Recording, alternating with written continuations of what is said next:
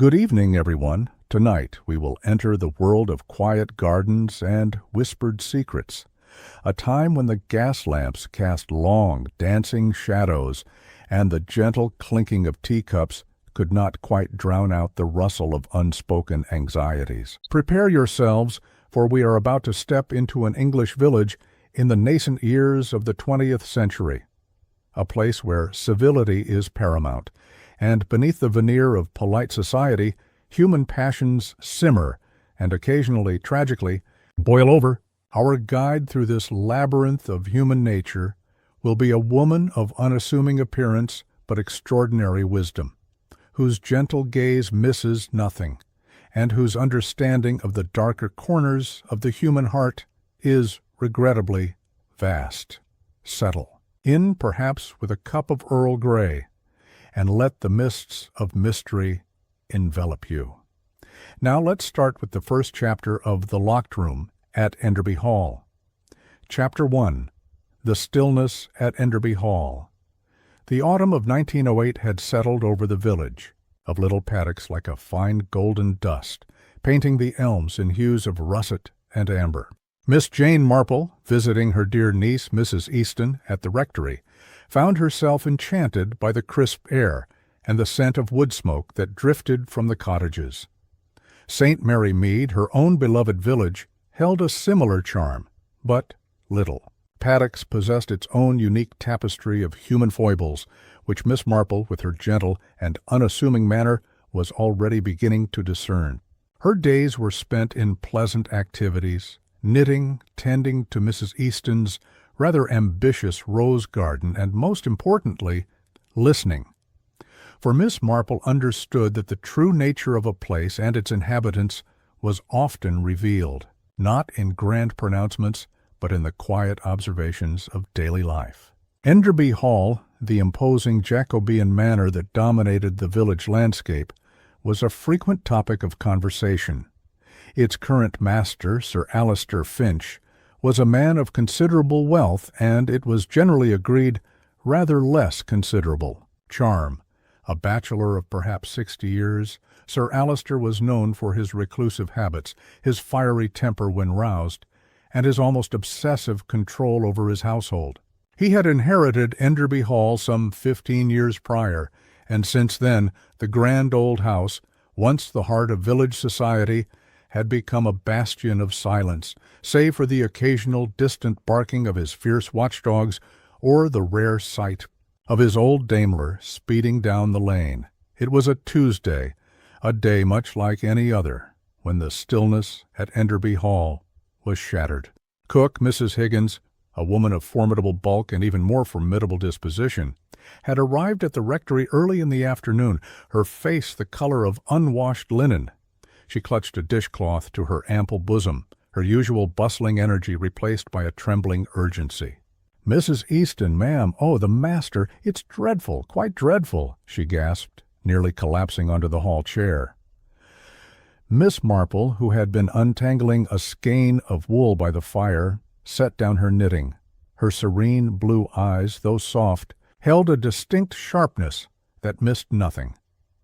Mrs. Easton, ever the practical rectory wife, offered Mrs. Higgins a cup of strong tea, urging her to compose herself. "What is it, cook?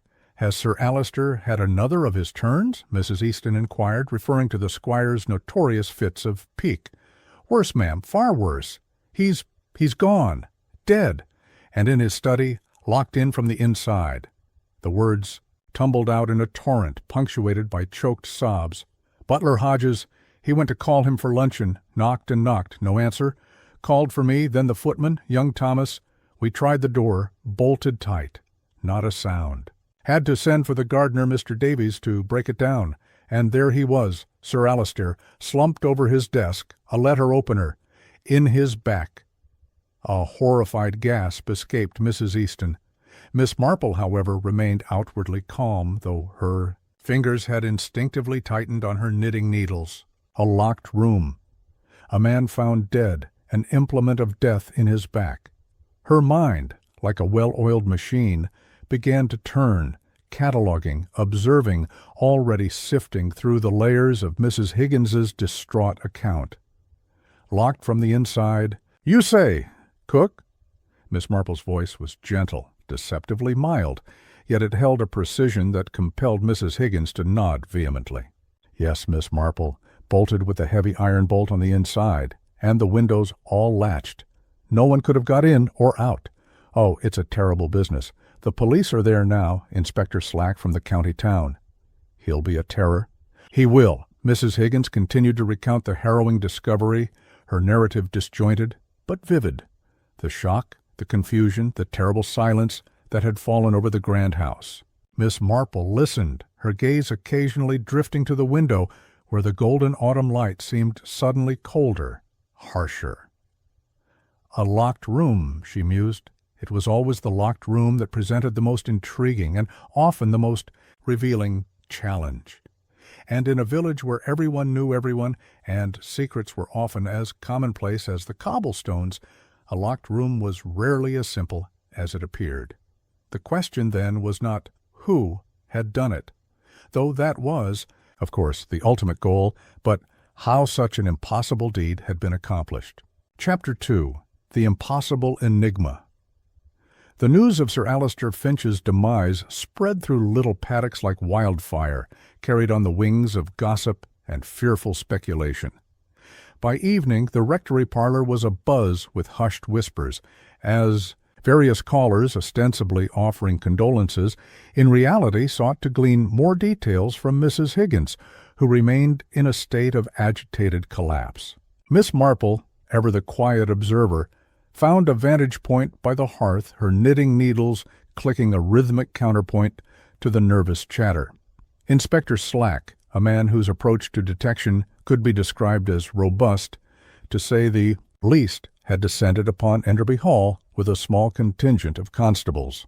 His reputation for bluntness preceded him, and it was clear from Mrs. Higgins's further fragmented accounts that he had already begun to ruffle feathers amongst the tightly knit household staff. He barked at poor Mr. Hodges, ma'am, asked him where he was at the time, as if Mr. Hodges would ever lay a hand on Sir Alister. "He's been with the family nigh on 30 years. Mrs. Higgins lamented to Mrs. Easton, dabbing at her eyes. "And what was Mr. Hodges's reply, cook?" Miss Marple inquired gently, her voice barely above a murmur. "He said he was in the pantry, Miss Marple, polishing the silver. He always polishes. On Tuesdays a particular routine, you see. And young Thomas, the footman, he was laying out the luncheon service in the dining room, and me, I was in the kitchen, preparing Sir Alister's preferred clear soup. Not one of us was near the study. Between 11 and 12, when Dr. Peterson reckons it happened. Dr. Peterson, the village physician, had also been called to the hall. His initial assessment confirmed Sir Alister had been dead for at least an hour before discovery, placing the time of death roughly between 11 and 12 Seu. The instrument, a heavy silver letter opener, was indeed embedded in his back, suggesting a sudden, swift attack. The inspector's initial report, as relayed through a nervous constable who briefly stopped at the rectory for tea, only deepened the enigma. The study, Sir Alister's sanctum, was a large oak-paneled room overlooking the manicured gardens. The heavy mahogany door, when finally forced open by Mr. Davies, the gardener, had revealed itself to be secured by a robust iron bolt from the inside. Not a key, meaning it could only have been fastened by someone within the room. All three windows, tall and reaching almost to the ceiling, were latched securely from the inside. There was no sign of forced entry, no broken glass, no secret passages that the old hall was rumored to possess. It was, to all appearances, a perfectly sealed chamber. "It defies belief, Miss Marple," Mrs. Easton mused, pouring another cup of tea. How could anyone have committed such a terrible act and then simply vanish from a room locked from the inside? Miss Marple took a slow sip of her tea, her gaze thoughtful. "Indeed, dear, it reminds me a little of the curious case of the vicar's missing hymnal in St. Mary Mead. Everyone swore it had disappeared from a locked cupboard, but it was merely a misunderstanding of the catch. Though, of course, a murder is a far graver matter." She paused, her eyes twinkling with a hint of something deeper. But human nature, you see, is often a far more complex lock than any mechanism forged of iron or brass. And sometimes the very impossibility of a situation is precisely what conceals the simplest of truths. She was quiet for a moment, then added, "Did Cook mention anything about the position of the body, or anything unusual in the room itself? Apart from the dreadful instrument, of course." Mrs. Higgins, who had been listening with renewed attention, piped up, "Oh, yes, Miss Marple." He was slumped forward over his great mahogany desk. "And there was a half-finished letter," Inspector Slack said, "on the blotting paper, and his spectacles, lying beside his hand, shattered. Such a mess it was." Miss Marple nodded slowly. A shattered pair of spectacles, a half-finished letter. Small details, perhaps, but sometimes it was the smallest, most overlooked pieces that formed the keystone of the entire arch. The impossible room was an intriguing problem, but Miss Marple knew that sometimes the most impenetrable fortress was merely an illusion, meticulously crafted by a clever mind. And often the cleverest minds made the most revealing mistakes. Chapter 3. The Heirs and Their Hungers. The following morning dawned bleak and gray, mirroring the mood that had settled over Little Paddocks. Miss Marple, accompanied by a rather flustered Mrs. Easton, decided a quiet stroll through the village might offer some fresh air and, more importantly, a chance to gather the subtle currents of local opinion. The butcher, Mr. Davis, usually a fount of cheerful banter, spoke in hushed tones of Sir Alister's difficulties. "He wasn't a popular man, Sir Alister, not by a long chalk," Mr. Davis confided, leaning over his counter, "always cutting someone off, you know. His nephew, young Mr. Geoffrey Finch, he lives in London, a solicitor. Comes down now, and then, but they always argued something fierce, and his niece, Miss Charlotte Finch, a quiet little mouse, she is. Teaches at the village school, but barely makes ends meet. They're his only living relations, the proper heirs, you see." Miss Marple nodded thoughtfully, picking up a sprig of parsley. "And what were the disagreements about, Mr. Davis?" "Money, mostly. Sir Alister was tight-fisted for all his wealth. Wouldn't give 'em a penny more than he had to. Always going on about how they should stand on their own 2 feet, even though they'd been expecting a share of the inheritance since they were babes in arms. Mr. Geoffrey, he's a bit flashy, always in debt, I hear. And Miss Charlotte, well, her mother, Sir Alister's sister, she had a terrible falling out with him years ago, over a will, I think it was. Never spoke again." The picture of Sir Alister began to solidify. A wealthy, autocratic man, estranged from his closest family, holding the purse strings tightly. Such a figure, Miss Marple knew, often generated not only resentment, but also a keen sense of expectation, a dangerous cocktail in matters of inheritance. Later that afternoon, a new development emerged when Inspector Slack himself called upon the rectory. A grim-faced figure in the small, comfortable parlor. He was seeking Mrs. Easton's perspective on the village's dynamics, but his eyes, Miss Marple noticed, kept flicking towards her as if he sensed an untapped reservoir of observation. "The room remains an absolute enigma, ladies," Slack admitted, his frustration evident. "No entry, no exit. And the weapon, a silver letter opener, one of Sir Alister's own. The gardener, Davies, insists he bolted the door from the inside, before he and Hodges forced it. It's as clean a locked room as I've ever seen. No fingerprints on the opener, wiped clean. And the letter on the desk, unfinished, addressed to his solicitors. Something about changing his will." Mrs. Easton gasped. "Changing his will? Oh dear, that complicates matters, doesn't it?" "Indeed it does, Mrs. Easton," Slack grunted. "It suggests he was either about to disinherit someone, or, perhaps for the first time, to finally make a generous provision. Either way, it provides a powerful motive for anyone who might have wanted him silenced before he could sign it." Miss Marple's knitting needles paused for a moment. "The shattered spectacles, Inspector. You mentioned they were beside his hand. Did Dr. Peterson have any comments on that?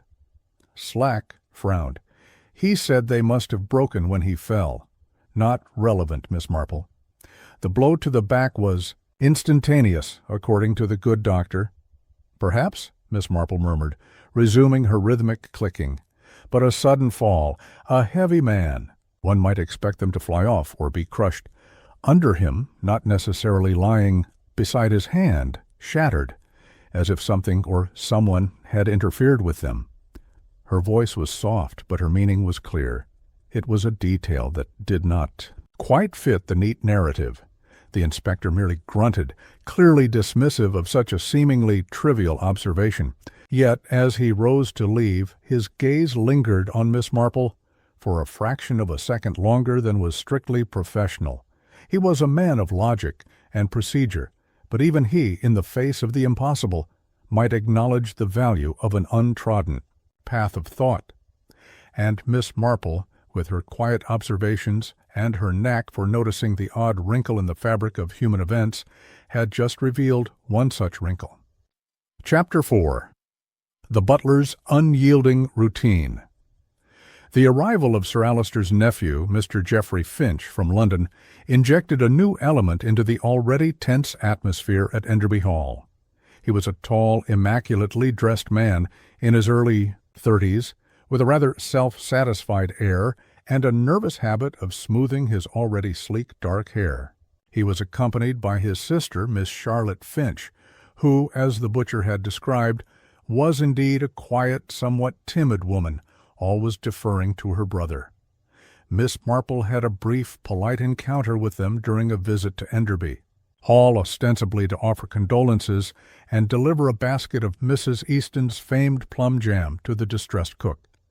She found Mr. Geoffrey already asserting himself, giving instructions to the staff, and speaking with a proprietary air that suggested he considered the hall already his.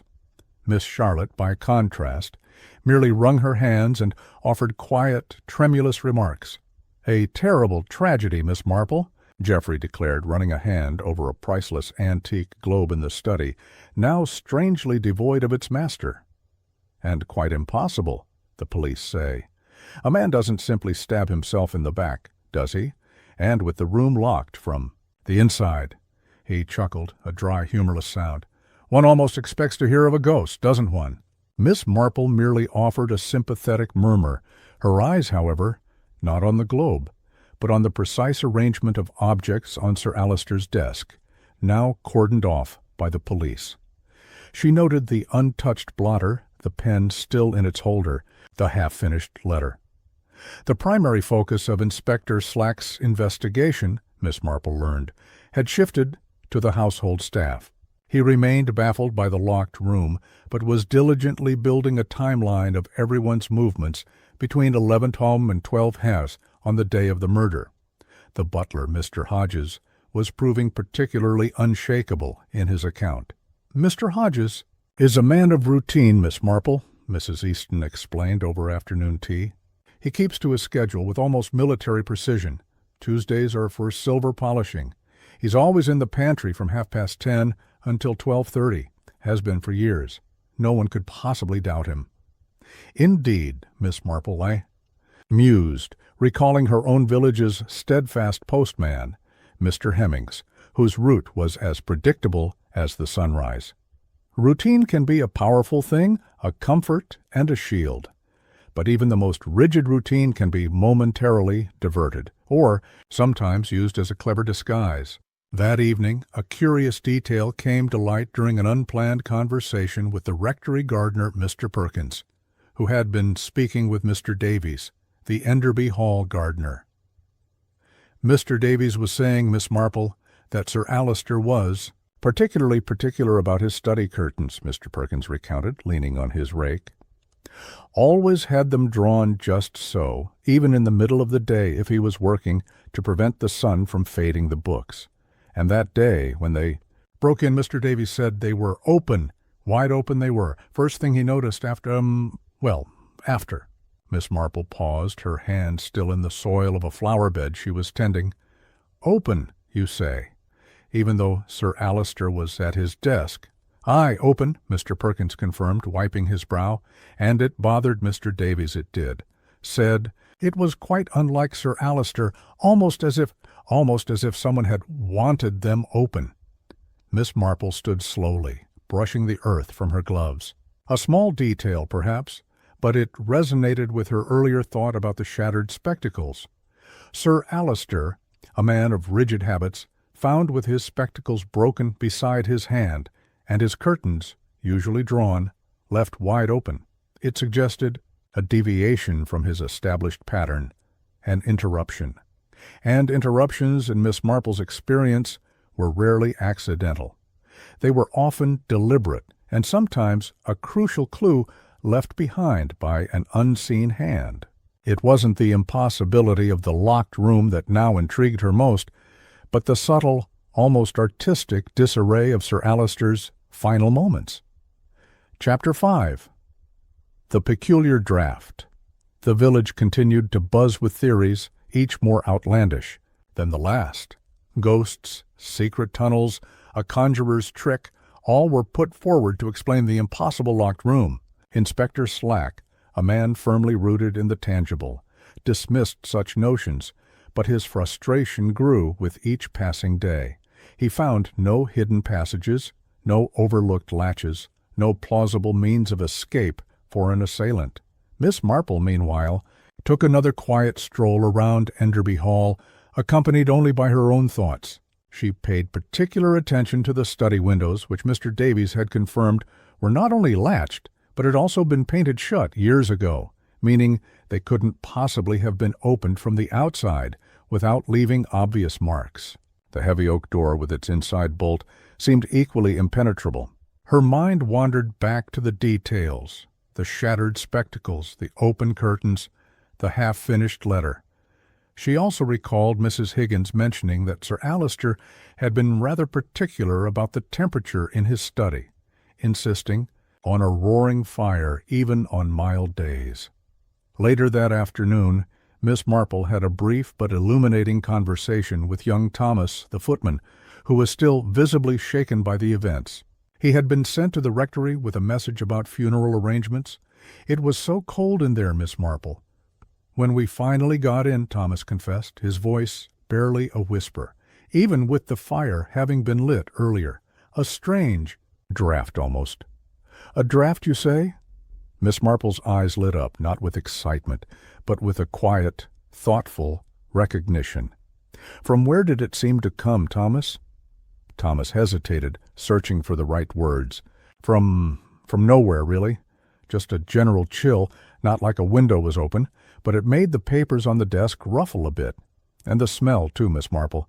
A faint smell, not like smoke or anything." "A smell?" Miss Marple prompted, gently. "Yes, a sort of metallic smell, and a bit like burnt sugar almost, very faint, mind you. I thought perhaps cook had burnt something in the kitchen, but she said she hadn't." Miss Marple nodded slowly. A metallic burnt sugar smell.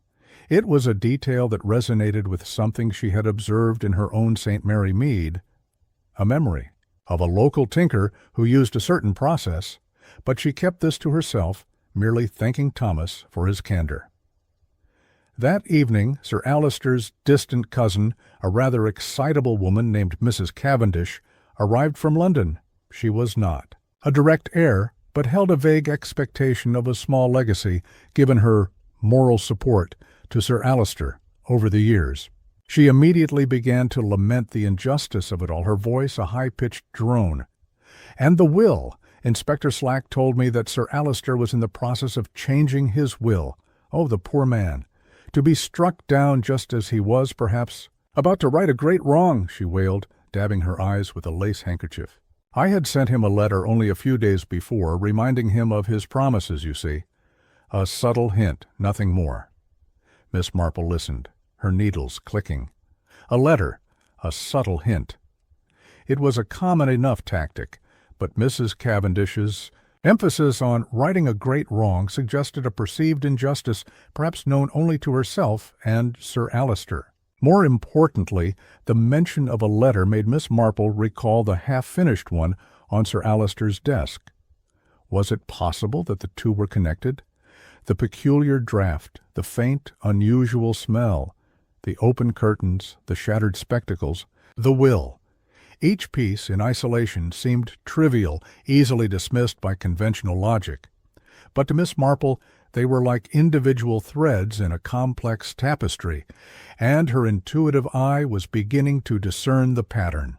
The locked room was not a barrier to the truth, but rather a carefully constructed frame, designed to make one look in precisely the wrong direction. The killer, she suspected, was not a ghost or a master of illusion, but someone very much of this world who understood the power of suggestion and the human tendency to overthink the obvious. Chapter 6. A Shadow from the Past. The investigation continued its slow, methodical crawl, with Inspector Slack growing increasingly exasperated. The locked room remained impenetrable, and despite extensive interviews, no one in the house or village seemed to have an alibi that was entirely foolproof. Yet no one had a motive strong enough to overcome the physical impossibility of the crime. Miss Marple, however, found herself increasingly drawn to the minor details, those which others dismissed as inconsequential.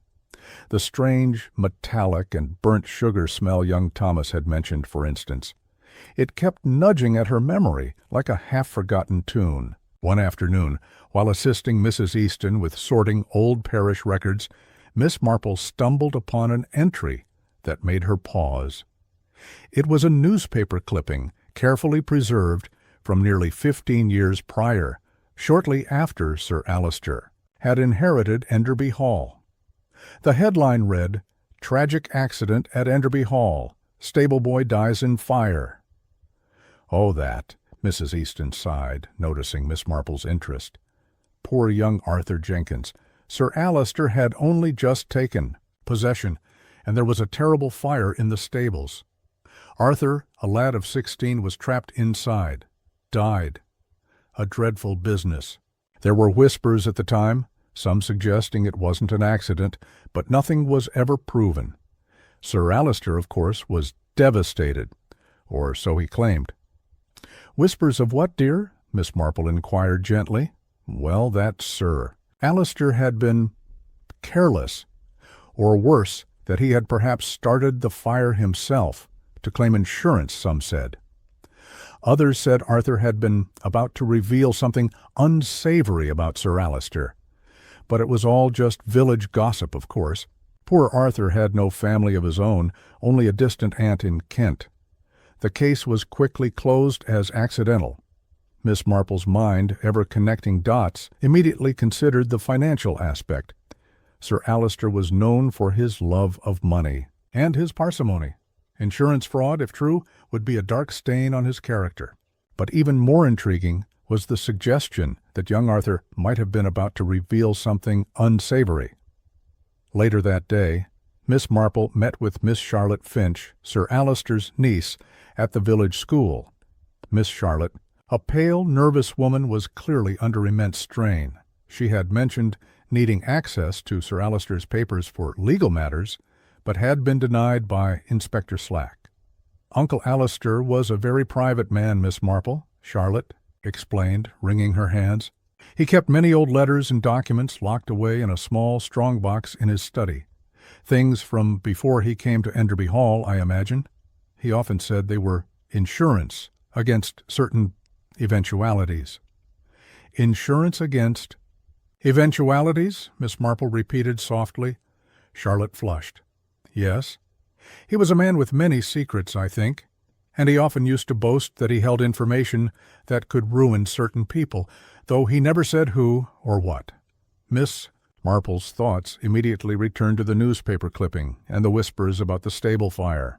Could Sir Alister have been blackmailing someone over that old incident, or perhaps another similar secret? If so, the half-finished letter on his desk took on a new, darker significance. Was he changing his will, or was he perhaps writing a demand, or even a threat, that had provoked a desperate act? The locked room, then, might not be a puzzle of mere physical impossibility, but a deliberate misdirection. If someone wanted to stop Sir Alister from revealing a damaging secret, they would need to act swiftly and decisively. And the how of the locked room might be less important than the why, especially if the why involved a long-buried secret that had suddenly resurfaced. The faint smell, the open curtains, the shattered spectacles, they began to whisper of a desperate struggle, not just for life, but perhaps for reputation. And Miss Marple felt a shiver run down her spine. The Enderby Hall mystery was beginning to feel less like a simple village crime, and more like a carefully orchestrated theater of revenge. Chapter 7. The Unseen Mechanism. The concept of a locked room often conjured images of intricate devices, secret panels, or cunning contrivances. Inspector Slack, a practical man, had scoured Enderby Hall for such mechanisms without success. Miss Marple, however, considered human ingenuity to be the most complex of all mechanisms. She spent a quiet hour in the rectory library, perusing old books on crime and engineering, though her focus was less on the mechanics and more on the psychology of perception. How could one make the impossible seem real? She also spent time observing various household locks and bolts. The heavy iron bolt on Sir Alister's study door was particularly robust. That afternoon, a brief visit from Dr. Peterson to the rectory provided another small but significant piece of the puzzle. Dr. Peterson, a gruff but kindly man, seemed more preoccupied with the peculiarities of the crime than the inspector. "It's the strangest thing, Miss Marple," he confided over a cup of tea. "The medical evidence suggests Sir Alister was seated at his desk when he was struck. A sudden swift blow to the back. Yet the angle... If someone was standing directly behind him, they'd be in a very cramped space, given the large chair and the desk. And if he had been struggling, one would expect more signs." "And the shattered spectacles, Doctor?" Miss Marple asked, her gaze unwavering. Dr. Peterson frowned. "Ah, yes. I had assumed they broke upon his fall. But now that you mention it, they were rather precisely shattered, almost as if a sharp impact occurred directly upon them and lying beside his hand, not under him. Most peculiar. It implies he raised his hand perhaps just before falling." Miss Marple nodded. An impact to the spectacles, a hand raised in defense or surprise. These were details that spoke of a brief, intense interaction before the fatal blow, not just a simple, sudden attack from behind. Later she recalled young Thomas's description of the peculiar draft and the metallic burnt sugar smell. She had a flash of memory from St. Mary Mead of a blacksmith's apprentice who had once experimented with certain chemicals, leaving a similar scent in the air. A particular type of chemical reaction, she thought. That evening, a village tradesman, Mr. Henderson, the local locksmith and handyman, stopped by the rectory to repair a faulty latch. Miss Marple engaged him in conversation about the Enderby Hall tragedy. "Ah, the squire's study door," Mr. Henderson mused, wiping grease from his hands. "A fine old bolt, that. But clever chaps, they sometimes find ways around such things. Not to say this is the case, mind you, but you'd be surprised what a bit of wire or a strong thread can do with a spring mechanism, if you know how it works." Miss Marple's eyes widened almost imperceptibly. A strong thread. A wire. She remembered the heavy oak door, the bolt. If the bolt was thrown from the inside, but operated by an external force. "Could such a bolt be thrown remotely, Mr. Henderson?" she asked, her voice soft but direct. "Perhaps using a fine, strong fishing line or something similar, pass through a tiny gap?" Mr. Henderson scratched his head. "Well, if there was a gap and the bolt's mechanism was just so... It's a tricky thing, but not impossible, I suppose. You'd need to pull it and secure the line from the outside somehow after the fact, but it would be a near impossible feat, even if you had the time to set it up without being seen. But what if, Miss Marple thought, the bolt was not thrown after the murder, but before? What if it was thrown by the victim himself, unwittingly, as part of an elaborate ruse? The pieces began to click into place. The draft, the smell, the open curtains, the shattered spectacles, the specific angle of the blow. They were not random details of a chaotic crime. They were the meticulously placed components of a very precise and very cruel illusion. The killer had not vanished from a locked room. They had simply never been inside it in the way everyone assumed. The real trick lay in manipulating Sir Alister to lock himself in. Chapter 8. The Puppet Master's Strings. The revelation that the locked room might have been a consequence of Sir Alister's own actions, rather than an impossibility for the killer, had shifted Miss Marple's perspective entirely. She now saw the crime not as a direct attack that trapped the perpetrator, but as a carefully staged event where the victim was unknowingly complicit in his own entrapment. Her thoughts turned to the half-finished letter and the changing will. If Sir Alister was known for using secrets as a form of insurance, what if he had planned to reveal something truly damning in his new will, or in a letter to his solicitors? This would provide an even stronger motive for preemptive action. She decided to revisit the study, offering to retrieve some forgotten embroidery from Mrs. Easton's previous visit to the hall. Inspector Slack, though still wary, permitted her brief entry, perhaps hoping her old maid's intuition might spot something his rigorous methods had missed. The study, though now tidy, still held a faint, almost imperceptible echo of the metallic burnt sugar smell. Miss Marple's eyes swept over the room, from the heavy curtains, now drawn again, to the position of the desk, the chair, the large, ornate fireplace. Her gaze lingered on the fireplace for a moment, recalling the constant fire Sir Alister insisted upon. "Such a pity about the fire, Thomas," Miss Marple remarked to the young footman, who was still hovering nervously as she adjusted a cushion. "Sir Alister always liked a good blaze, didn't he? Even that day, despite the draught you mentioned." "Oh, yes, Miss Marple," Thomas replied.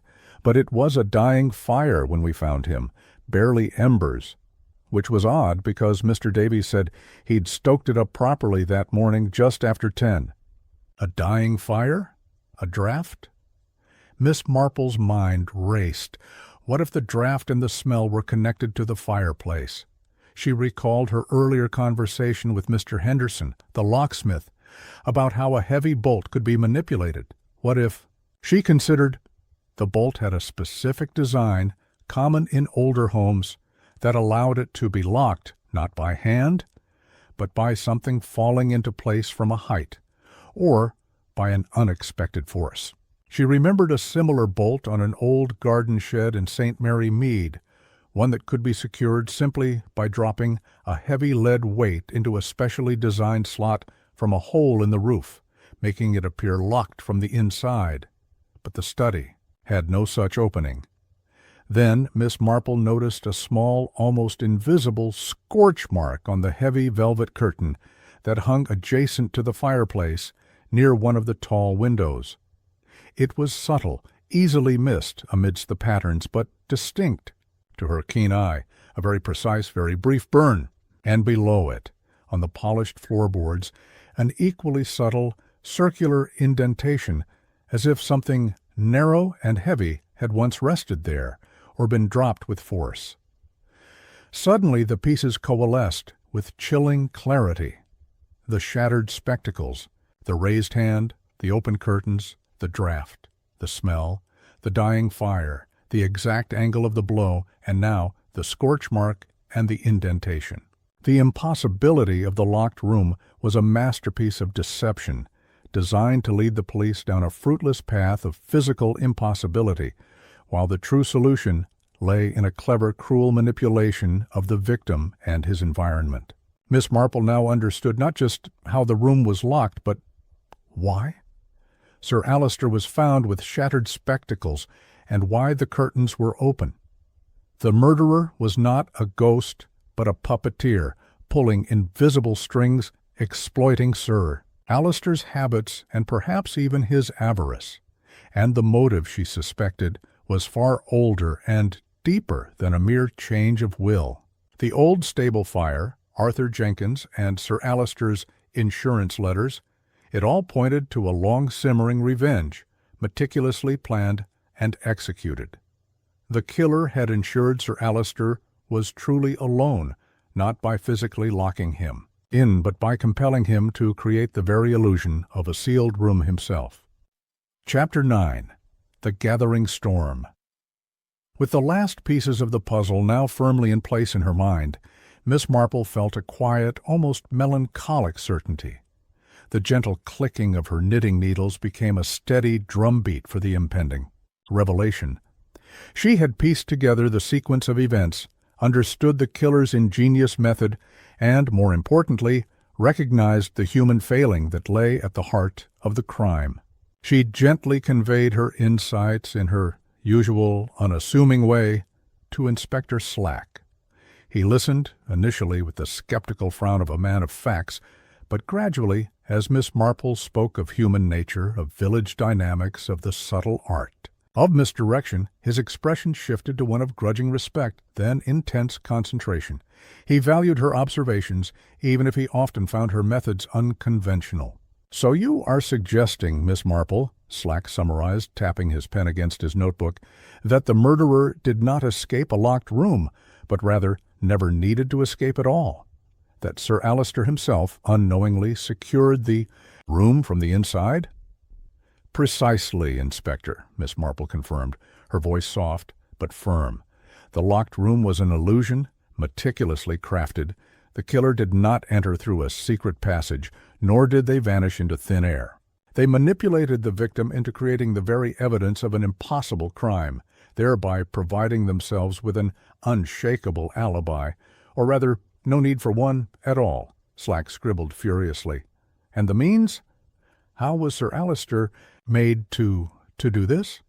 Miss Marple then laid out her theory, connecting the seemingly disparate details, the peculiar draught, the metallic burnt sugar smell, the open curtains, the shattered spectacles, the dying fire, the scorch mark on the Fidie's curtain, and the slight indentation on the floor.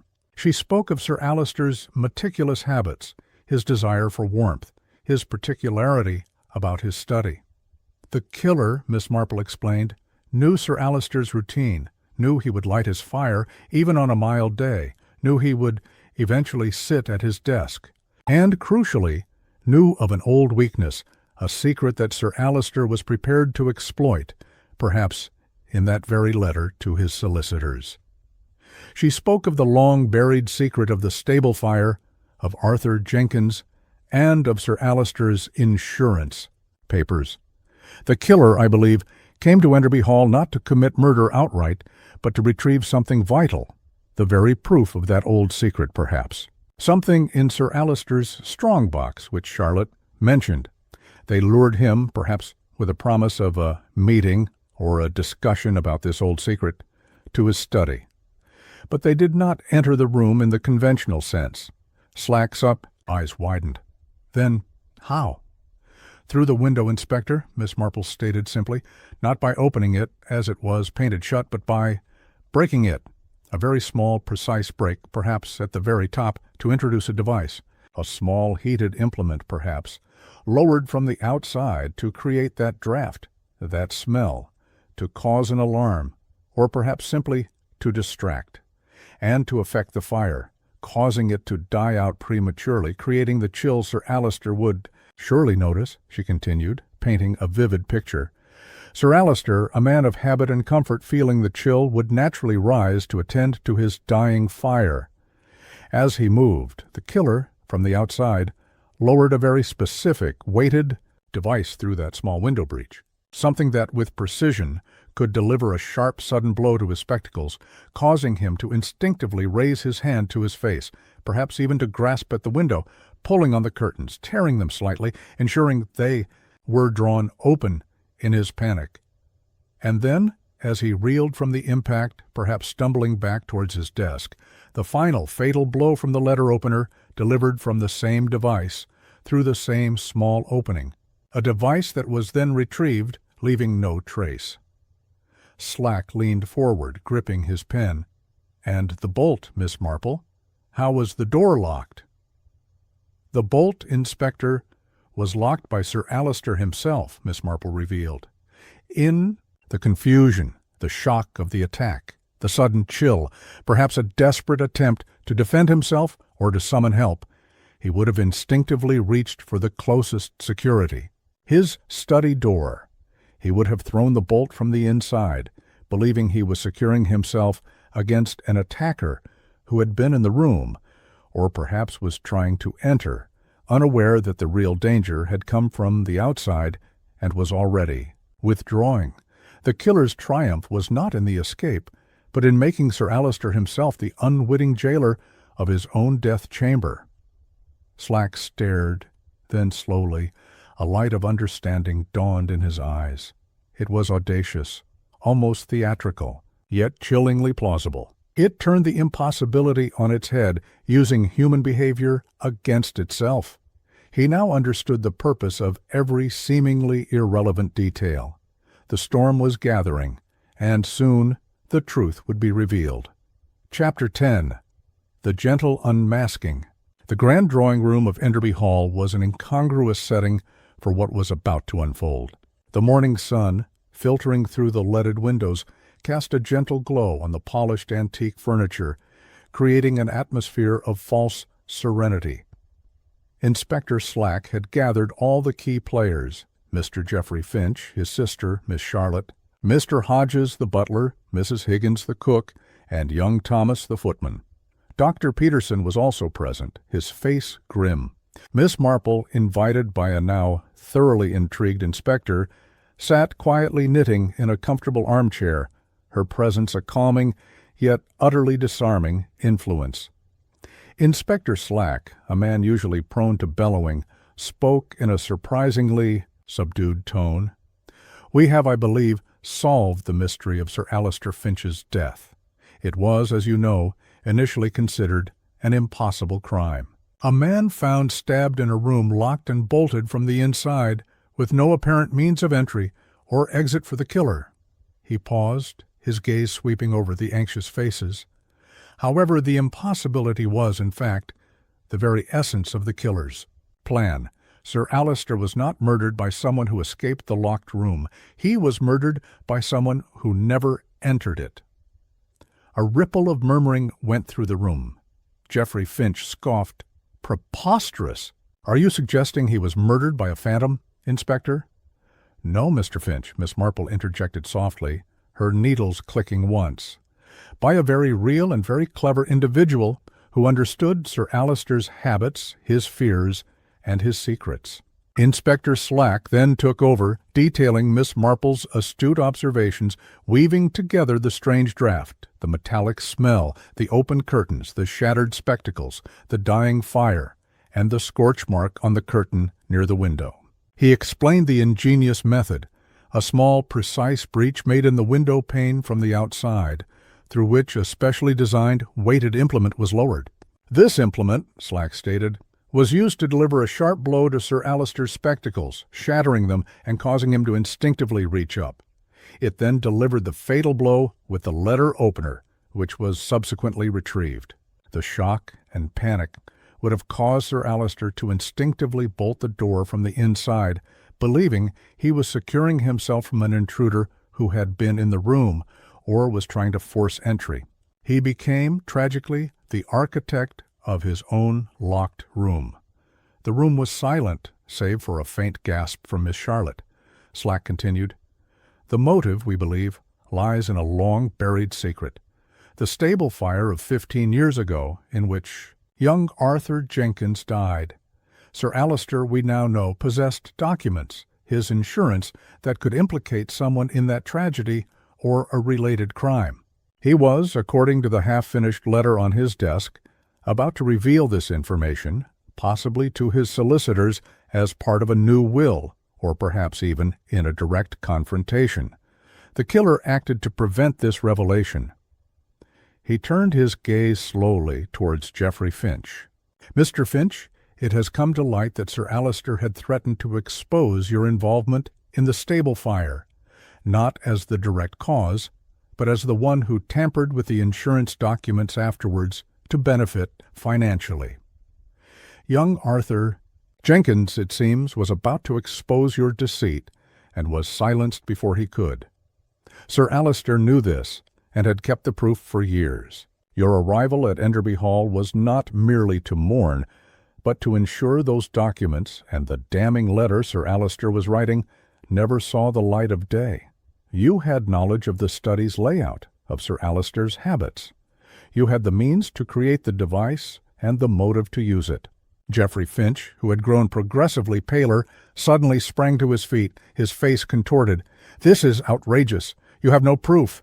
How could I have done such a thing from outside? And the bolt, it was secured."